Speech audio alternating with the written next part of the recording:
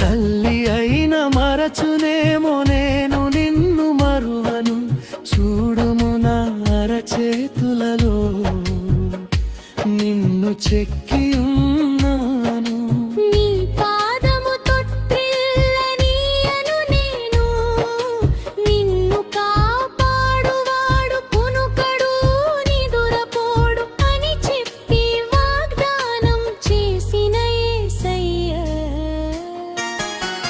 తల్లిలా లాలించును, తండ్రిలా ప్రేమించును. తల్లిలా లాలించును, తండ్రిలా ప్రేమించును.